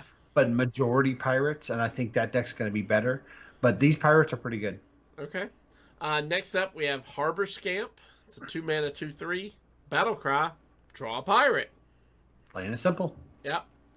Good card. Then we have Warrior Rares, the Cowardly Grunt, 6 mana 6/2, Death Rattle, summon a minion from your deck. Yeah, so recruiting mechanics. Not a lot of support for Big Warrior. I mean, Big Warrior can always be a thing, but there's not a lot of support for it. This is kind of weird. I like the aggressive stats with 6 attack, but it does die very easily, but you kind of want it to die easily. Yeah. Yeah, I think it's good. I just don't know if the deck exists. Okay. Then we have Cargo Guard. This is a 3 mana 2/4 pirate. At the end of your turn, gain 3 armor. I love this. Yeah, if this stays on the board, you're just ramping armor. I mean, we played Shield Block, which is 3 mana for what was it? 5 armor, 5 and you armor. draw a card. Uh-huh. This is 3 mana for 3 armor, and you get a 2/3 pirate. 2/4 pirate. Yeah. A 2/4 pirate. Yeah, it's great. Yeah. Then we've got the Warrior Legendary Raid the Docks. So it's 1 mana, play 3 pirates, reward, draw a weapon. Then it gets create a distraction, play 2 pirates, deal 2 damage to a random enemy twice, and then that gives you secure the supplies, play 2 pirates, get Captain Rokara. So Captain Rokara is a 5 mana 7/7 battle cry, summon the Juggernaut. So the Juggernaut says, start of your turn, summon a pirate, equip a warrior weapon, and fire 2 cannons that deal 2 damage each. So you're guaranteed 4 damage spread in chunks of 2. You're guaranteed a pirate minion, which most of them have battle cry, so you're just going for stats here. So that's kind of the weak part of it. And then you get a weapon, which in a few cases it's a warrior weapon. So you're not going to get a neutral. It's just from the warrior pool. And Gore Howl is there, and that's 7 damage. And you basically, any of the warrior weapons you get have 1 durability because the next turn is going to be overwritten by the next weapon. So there isn't really a lot of death rattle weapons right now in warrior to kind of get that synergy. Maybe we'll see something in the mini set or in this 3rd set, which I think is going to be Winter Grasp. It's important to note that the Juggernaut is a non-interactable minion slot on the board. Right. It's not really dormant, but it's like the portals. So it limits how much space is left on the board, but it can never be removed. Correct. And then its ability is going to happen at the start of every turn. Yep.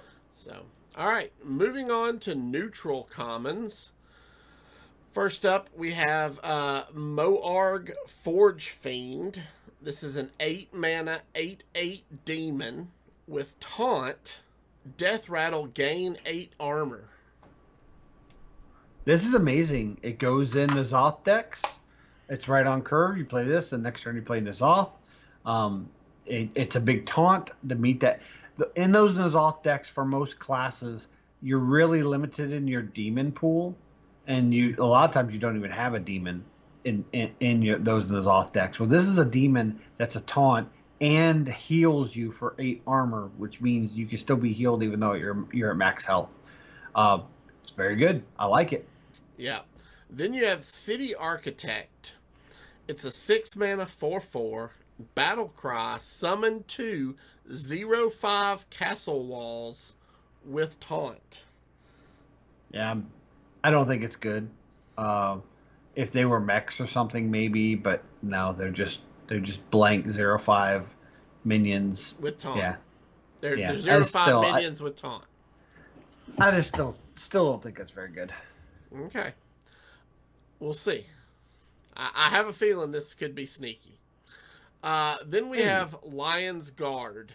So this is a 5 mana 4/6 battle cry. If you have 15 or less health, gain +2/+4 and taunt.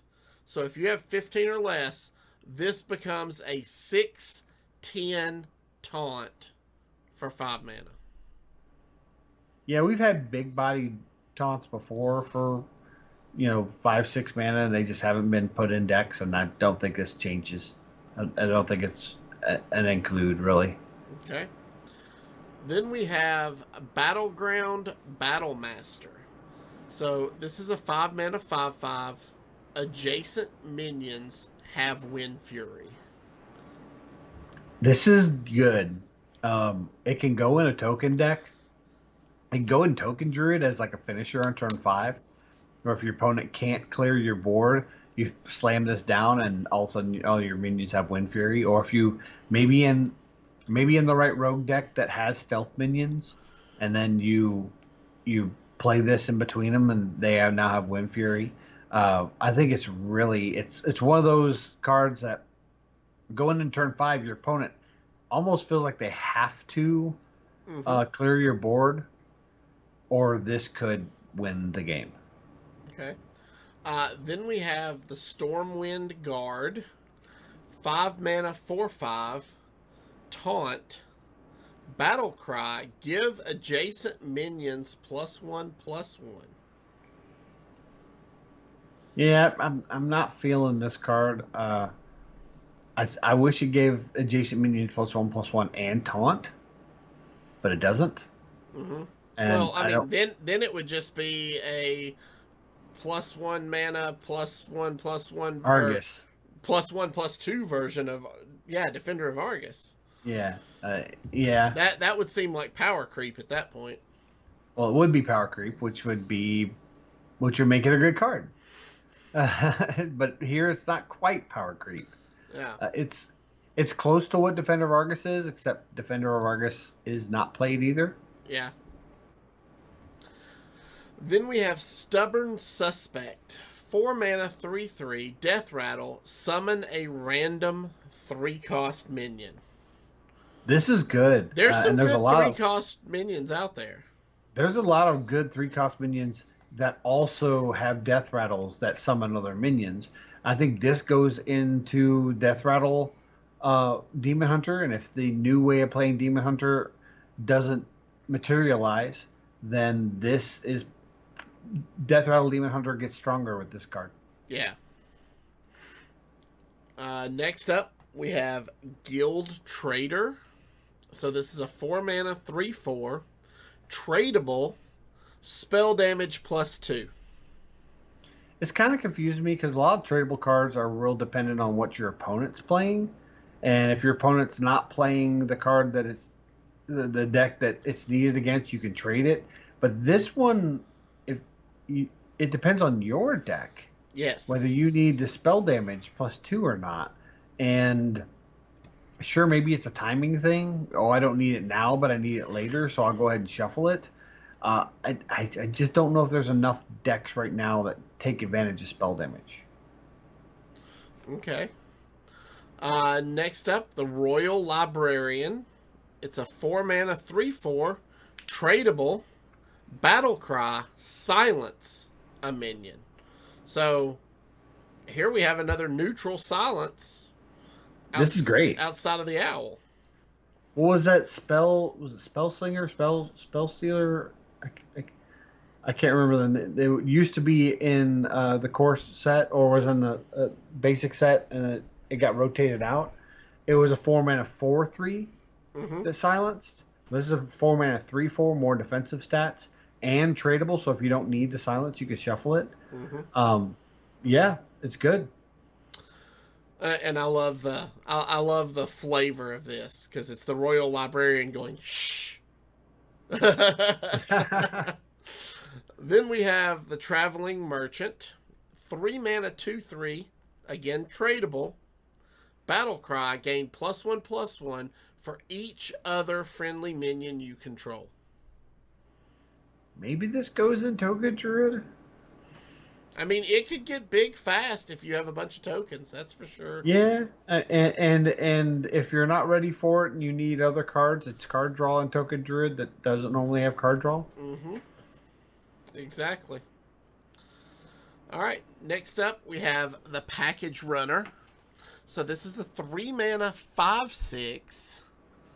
Can only attack if you have at least 8 cards in hand. Does this go in Man at Arms hand lock? I don't think so, because that's a kind of aggressive strategy, a 3-mana 5/6, but in a hand lock that's more control-y. And yeah, I'm just not seeing it. I think that's where they want it to go. I don't think it goes there. Okay. Then you have Northshire Farmer, 3-mana 3/3, battle cry, choose a friendly beast, shuffle 3/3 copies into your deck. Does this just scream Elwyn Boar? This is the Elwyn Boar activator for pretty much all the classes that don't already have do it. And you still put it in those classes, but like this makes it so you can do Elwyn Boar in other classes, like maybe a mage or a priest. Well, priest probably can do it anyways. Maybe warrior could do an Elwyn Boar deck. So somebody that wants to do Elwyn Boar in all 10 classes can now do it because of this card. Gotcha. Then you have the Deep Run Engineer, 2-mana 1/2, battle cry, discover a mech. It costs 1 less. I don't think we have enough good mechs. I agree. There are not enough good mechs. Then we have Florist. We're still in the neutral commons for those of you listening. Yep. We have the Florist. It's a 2-mana 2/3. At the end of your turn, reduce the cost of a nature spell in your hand by 1. So here we have a neutral card affecting nature spells. Yeah, I'm not sure this is a good card, but there may be a combo that materializes after a set release, or maybe after a mini set, that makes this card good. Okay. Maybe this is an enabler for a combo. Maybe you only run specific nature spells, and if you can reduce that one nature spell by 1, then all of a sudden it opens up a combo. We'll have to see. Okay. Then we have the Si7 Skulker. So this is a 2-mana 2/2 stealth battle cry. The next card you draw costs 1 less. So, I mean, this is just auto include in that Si7 deck, right? Yeah. This is a neutral SI card, but its effect can be used in a lot of classes. The next card you draw costs 1 less. I mean, any deck can benefit from cost reduction. In aggressive style decks, It helps your curve better. It helps you crank out more, and it's a stealth minion that can attack next turn. In more mid-range to control decks, it's basically a early minion that can threaten your opponent's board growth while also reducing expensive cards in your hand. Yeah. It's a good card. Yeah. I don't think it goes in every deck, but in the right decks, it'll do well. Yeah. Then we have the Stockades Guard. So this is a 1-mana 1/3, as we like to say. That's good. And it has Battle Cry, give a friendly minion taunt. So normally 1-mana 1/3s are just good. The problem with this is it's a 1-mana 1/3 that with requires text another minion to be on the board. Isn't necessarily good on turn 1. Yeah. And it just gives taunt. So an aggressive deck, they don't want their minions to have taunt, really. Well, you can give a 1/1 taunt. So I think it's good because it's a 1-mana 1/3. I just don't think its effect is very good. Okay. Then we have Rares. rare cards. First up, the Gold Shire Knoll. This is a 10-mana 5/4 with Rush. Costs 1 less for each other card in your hand. Yeah, so the lowest it can get is 1 mana. Fairly late in the game. I just don't think the stats are worth it. I think it needed maybe a little bit more, maybe a 7/5. Okay. Then we have the Entrapped Sorceress. Battle Cry. If you control a quest, discover a spell. This is so if you're running quest lines or even older quests in like Wild or something. This is a 3-mana 3/4 discover a spell. Is that so just good? And I think Rise of Shadows, I think it was, we had a 2-mana 2/3 that if you controlled a quest, you drew a spell. This is kind of the same effect. They've just put it on a 3-mana 3/4 body. And you discover a spell. This allows you to discover a spell in pretty much any class because all 10 classes have quests. And quest lines stick around even longer because you're completing each stage. So it raises that value. It being 3 mana is not a big deal because you'll probably have that quest up still on turn 3 or 4. I like it. It's good. Yeah. It's auto-included in any quest deck. Oh, yeah. Then we have Encumbered Pack Mule. So this is a 2-mana 2/3 beast with taunt. When you draw this, add a copy of it to your hand. So in the theory crafting stream, there are some weird things where you would draw a beast and give it +2/+2, and then you would draw this one, making it like a 4/5, but then it would make a copy of itself, and it would just be the 2/3. I don't know if that's a bug or what. So if it get the buff, then it will be a really good card. If not, that's probably not very good. I think I know a lot of people are saying put this in handlock because it helps you draw this and now you've got an extra hand size. But do you really want 2/2/3s for 2 mana in your hand, even if they're taunts? I don't think so. Okay. Then we have neutral epics. First up, the Cheesemonger. Love the name. It's a 4-mana 3/6. Whenever your opponent casts a spell, add a random spell with the same cost to your hand.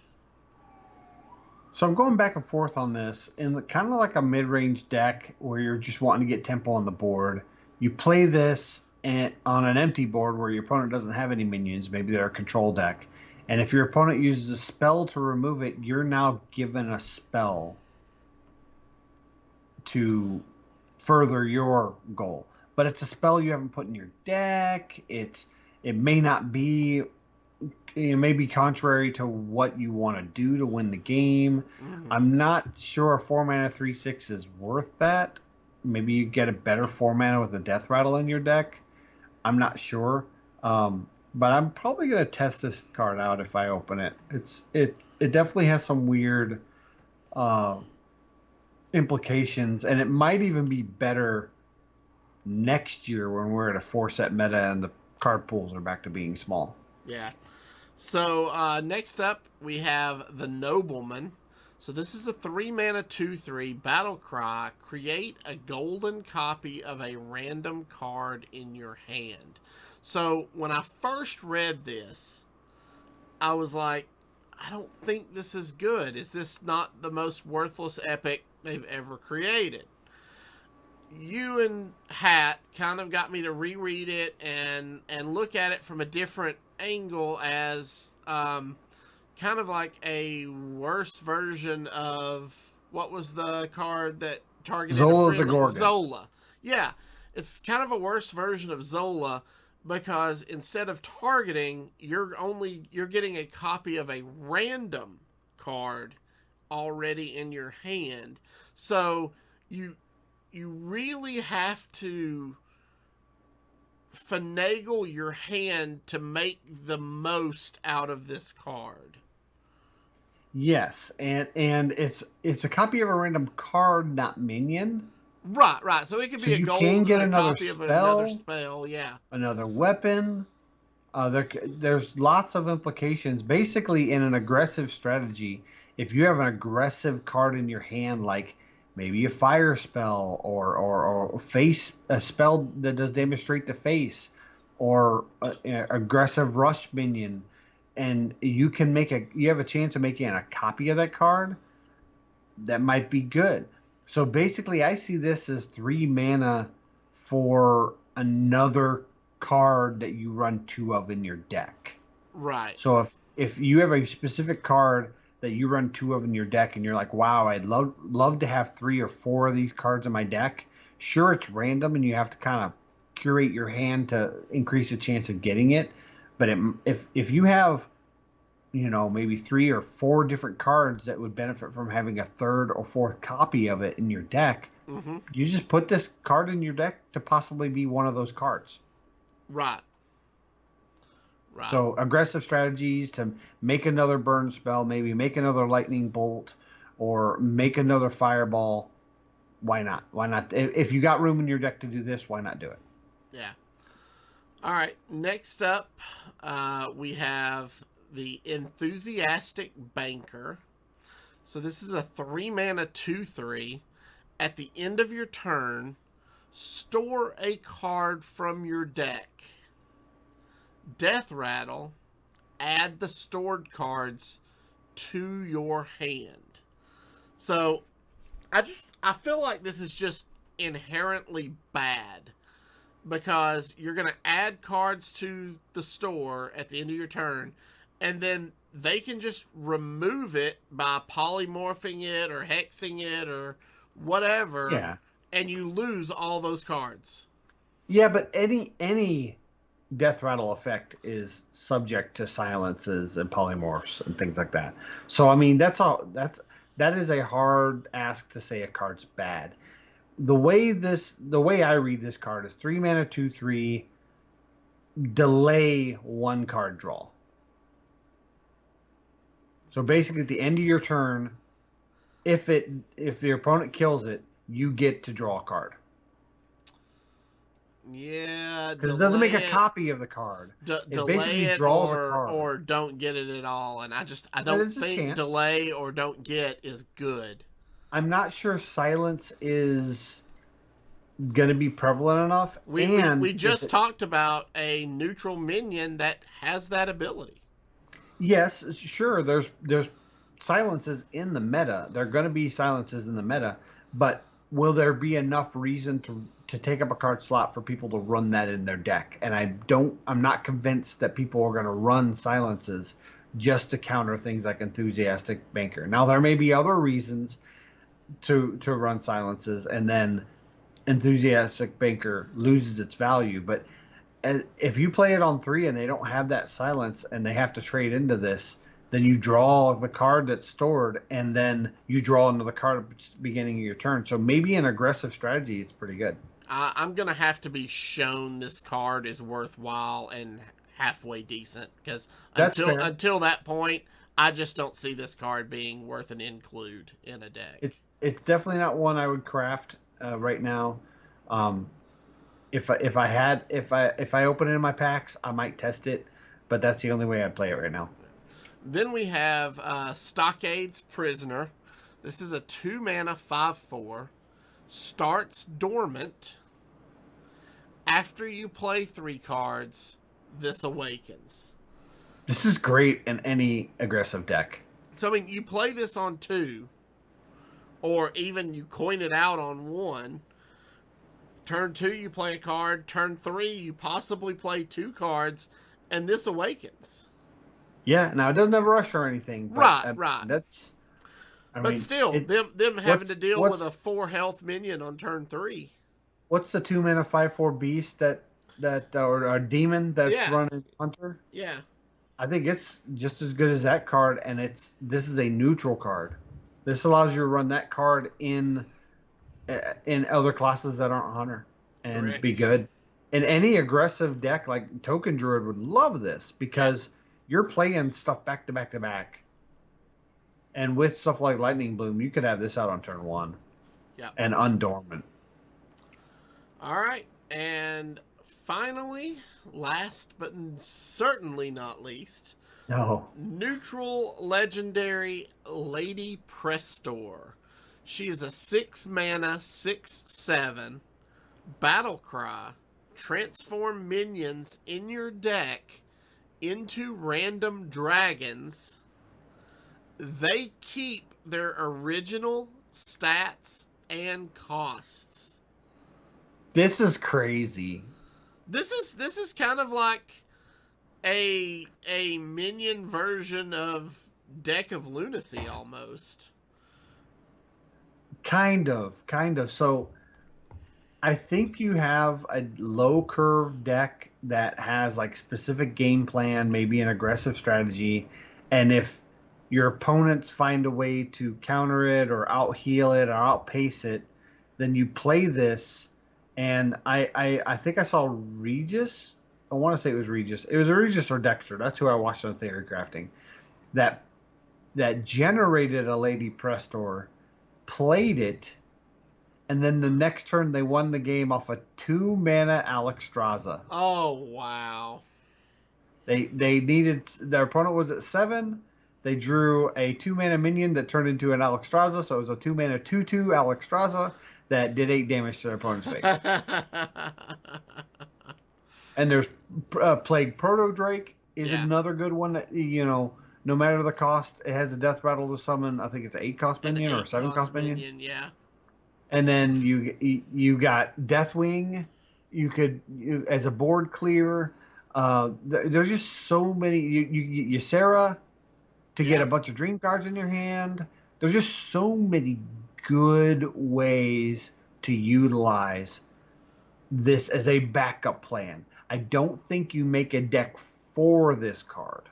I think this is a backup plan. Yeah, this is okay. Plan A is not working. Let's go with Plan B and just try to out-dragon my opponent. Maybe it goes in a Cthulhu deck that somehow your opponent burned one of your Cthulhu pieces, and now Cthulhu's not going to come back.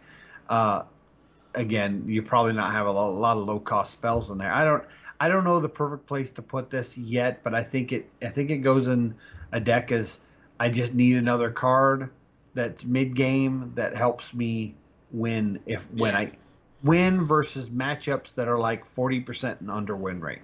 Okay. All right. That's it. That is all of the United in Stormwind cards. We have made it through yet another expansion. So before you go and make me hate you by opening your golden packs, here's my question for you. What are the 3 decks you're gonna try first? When the set Quest Hunter, Shadow Priest, and probably Dude Paladin. Cool. I think I'm definitely going with Paladin. I haven't decided if it's going to be the quest line dude Paladin or if it's going to be the Divine Shield hand buff Paladin. And then followed by I want to play the self-damaging Warlock quest line. Mm-hmm. But I'm probably going to do it a little differently than most people. I think it would do well with the Soul Fragment package. Okay. So you're getting additional healing as you're drawing. Yeah. And then my third deck is gonna be 10 decks. It's gonna be Elwyn. Okay. Elwyn board. Elwyn board. I'm gonna probably start out with 3 different Elwyn board decks, and then eventually I'll go on to other decks, and then keep coming back and try to get eventually 10 different Elwyn board decks. Yeah. Yeah. All right. So for those of you listening on the audio, usually at the end of most of our shows on the video portion, I usually try to bust open some packs. Well, just so happens this is Fireside Weekend for United and Stormwind, so I can open my United and Stormwind packs. So I thought, just for fun, on this episode of Hero Power, I would bust open my 5 golden United and Stormwind packs just to kind of see what happens while I'm gonna hate you so I have much. Zerotio on to commentate with me. So first up, Fire Sale. 4 mana, That's pretty art. tradable, deal 3 damage to all minions, mage spell. Next up, Stormwind Piper that we just talked about. Then we have, yes, a Metamorphin. That's pretty in golden. Yeah. Them shimmer. Yeah. Then we have the Impatient Shopkeep. 3 mana, 3/3, tradable rush. And my rare is the Sigil of Alacrity. So, cool. Yeah, those golden animations are pretty cool. Cool. Next up, we have the Package Runner that we just talked about. Sow the Soil. Ooh, that's pretty. that is very nice. Then we have the Canal Slogger. Such a good card. The Traveling Merchant. And the rare is Charged Call. And oh my gosh, look at That's that cool art. looking. Brucon's just having it. Yeah. All right, next up. So far, you're 4 commons, 1 rare, like I was. Yeah, my second Canal Slogger. That's good. You won't open any more of those. City Tax. Okay. Oh, no. Rodent's Nest for the Hunter. Then the rare is a Gold Shire Knoll. And you got an epic. And nice I got an value. epic Ignite. Ooh, the art on that is so pretty in golden. I have to craft that one in golden. Yeah, that might be my favorite golden so far. Awesome. That is so awesome. cool looking. Like, So. I mean, it's hot looking, but you know. All right. Next up, we got 2 golden packs left. We have a Stormwind Freebooter. Then we have a Stubborn Suspect. I like that card. I think it's going to be a good card. There's a second Golden City Tax. Then my rare is a Ramming Mount. Ooh. You got another epic?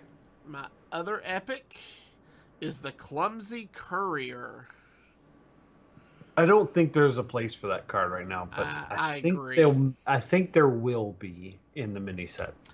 And my last pack of United and Stormwind golden packs, we got a Blessed Goods. That's I pretty. like the art on that. That's pretty. Yeah. They're doing really good with these golden cards.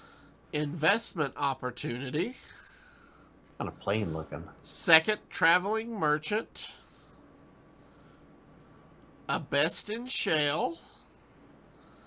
And my rare, the Elec Mount. So no legendaries. I don't hate you that much, but you did get what? Yeah. 2, 3 epics? I got two epics. 2 epics Okay. and 5 rares out of my 5 packs. Awesome. So, yeah. All right, guys. We definitely want to hear from you guys. Let us know how your pack openings went. Let us know what decks you're most excited to try out when the set drops. If you're listening to this on audio, it drops tomorrow. So, and on that note, if you follow us on Twitter at HeroPower_cast, we are doing the joint spreadsheet with Coin Concede, and the link is on our Twitter. Yep. As well as at Coin Concede on Twitter. They have the link as well. If you want to come in and see what we've rated the cards on the spreadsheet, as well as do a rating yourself, just follow the instructions on that Google Doc. And definitely join us. Absolutely. So, all right, gang, that's going to do it for us this week. If you have any questions or comments about the show, please email us at heropowerpodcast@gmail.com. Hit that subscribe button below on YouTube if you've not done so already. And for more details about our patron-only Discord, head over to patreon.com/heropower. And until next week, don't forget to use your hero power, and then lock and load, and then use it again, and then win the game, and make everybody hate you. Bye. May your Unite and Stormwind packs be in your favor.